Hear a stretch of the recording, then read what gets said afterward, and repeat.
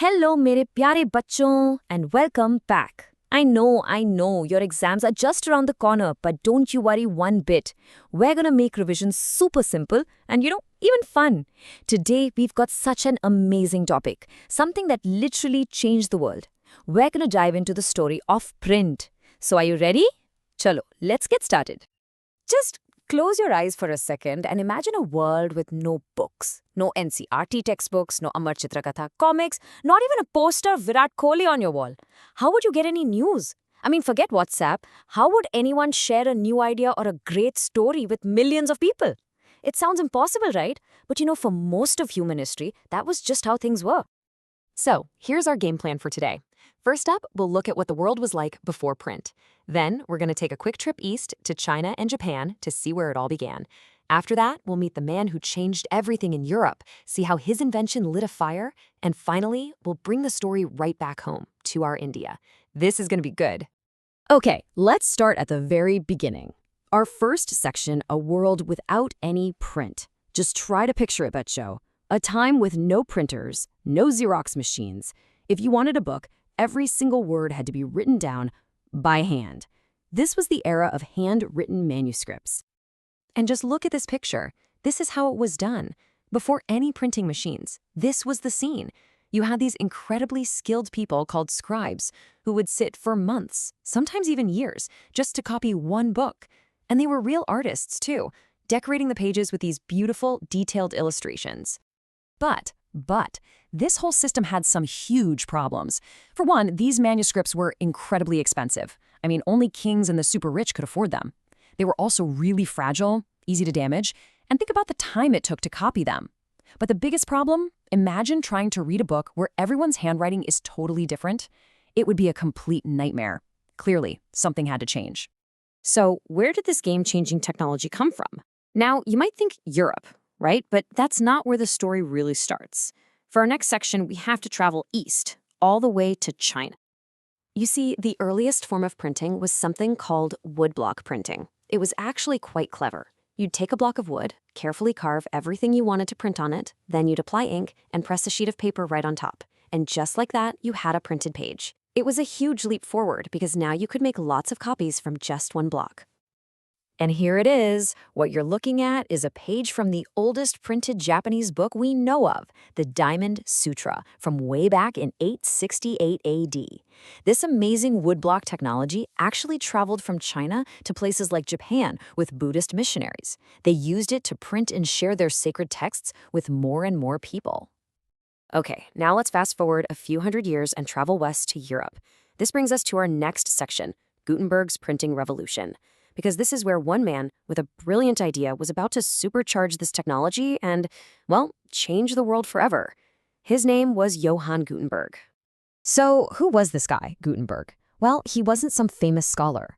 He was the son of a merchant, and he grew up seeing how wine and olive presses worked. But he also had another skill. He was a master goldsmith. So he knew all about working with metals and creating molds. And it was this unique mix of skills that sparked his genius idea.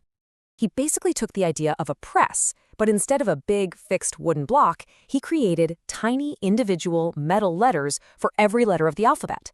These were called movable types. You could arrange them to spell out whatever you wanted, print a page, and then, and this is the genius part, you could just rearrange the same letters for the next page. This was the big innovation. And how fast was it? Well, a single Gutenberg press could print about 250 sheets on one side in just 1 hour. Now, just compare that to a scribe who took months to copy one book by hand. This was an absolutely mind-blowing increase in speed. The print revolution had truly begun. And that brings us to our next big idea, how print sparked massive change. Because, Bacho, this wasn't just about making books faster. Oh no, this new technology completely transformed society. It started huge arguments, spread revolutionary ideas, and, even helped cause actual revolutions. Think about it this way. Before print, most people were part of a hearing public. They couldn't read, so they got their information by listening to priests or scholars read things out loud. But suddenly, with cheaper books everywhere, a new reading public was born. People could read for themselves, think for themselves, and discuss ideas that were once totally out of their reach. Okay, Bacho, pen and paper ready. Here comes a very, very important exam question. I see this one all the time. So, what was the Protestant Reformation? Just take a second, see if you can remember. All right, so the Protestant Reformation was a huge religious movement in the 16th century. It was started by a man named Martin Luther, who began to criticize many practices of the powerful Roman Catholic Church. And how did he spread his ideas? He used the brand new printing press to print thousands of copies of his writings. His ideas spread like wildfire, reaching all of Europe in just a matter of weeks, which led to a historic split in the church. And Martin Luther himself knew just how powerful this tool was. He once said, "Printing is the ultimate gift of God and the greatest one." He understood that without the printing press, his challenge to the authority of the church would have been impossible. And print's power didn't stop with religion. Many historians argue that it also laid the groundwork for the French Revolution. How? Well, for one, it spread these powerful new ideas about freedom and rights from thinkers like Voltaire and Rousseau. It also created a new culture where people started to debate and question everything, including their rulers. And my favorite part, it was used to print cartoons that made fun of the king and queen, which really damaged their image. Okay, and now for the final and maybe the most important chapter for us. Let's bring this story home. Let's talk about print in India and how this incredible invention shaped our nation's history. You see, just like in Europe, India had a very rich and ancient tradition of handwritten manuscripts long before any press arrived. We used materials like palm leaves, and these beautiful texts were written in so many of our languages: Sanskrit, Persian, Arabic, and of course many other regional languages. Now, this timeline is super important for your exams, bachcho. The very first printing press came to Goa all the way back in the mid-1500s with Portuguese missionaries. But the first real Indian newspaper, the Bengal Gazette, was started much later, in 1780. Soon after, great reformers like Rajaram Mohan Roy started using newspapers to debate social issues, and this made the British really nervous. They saw that print was spreading nationalist ideas, so in 1878 they passed the Vernacular Press Act to try and control what Indians could print and read. So here's the key takeaway.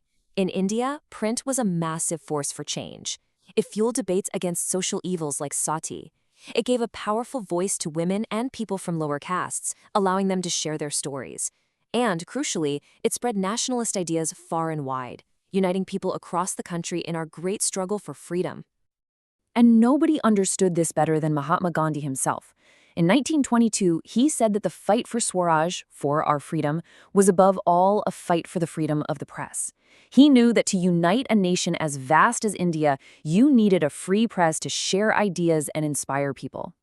So from those painstakingly handwritten manuscripts to the revolutionary printing press, the story of print has always been about one thing: giving people a voice. A voice to ask questions, to demand change, and to fight for a better world.